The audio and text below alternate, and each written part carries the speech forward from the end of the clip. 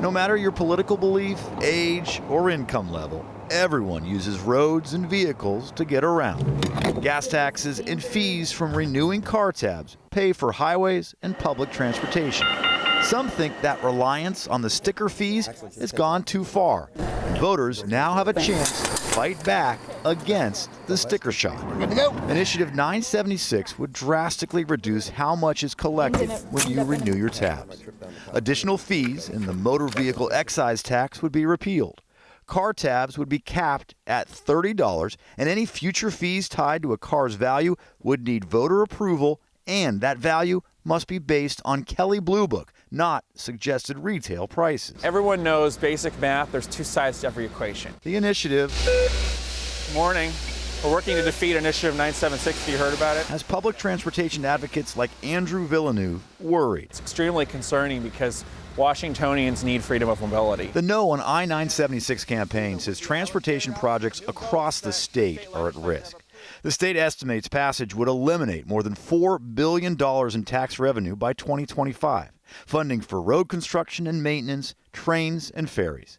Sound Transit 3 projects and planned expansions would be in jeopardy without the $20 billion in estimated funding tied to car tab fees.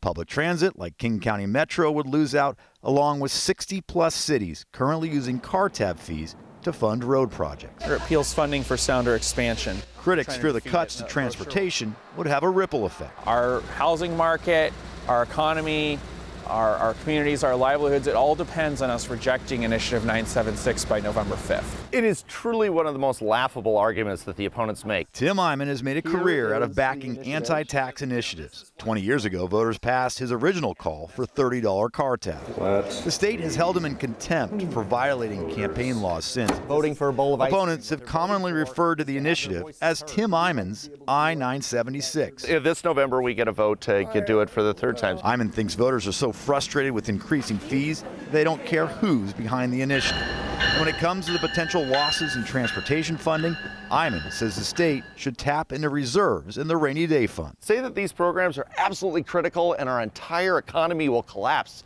if we don't have them. Well, then why not use about 10% of the reserves that we have in our state, the surplus, and backfill these programs so that we, the voters, can get the $30 tabs we keep voting for over and over again. Drew Mickelson, King 5 News.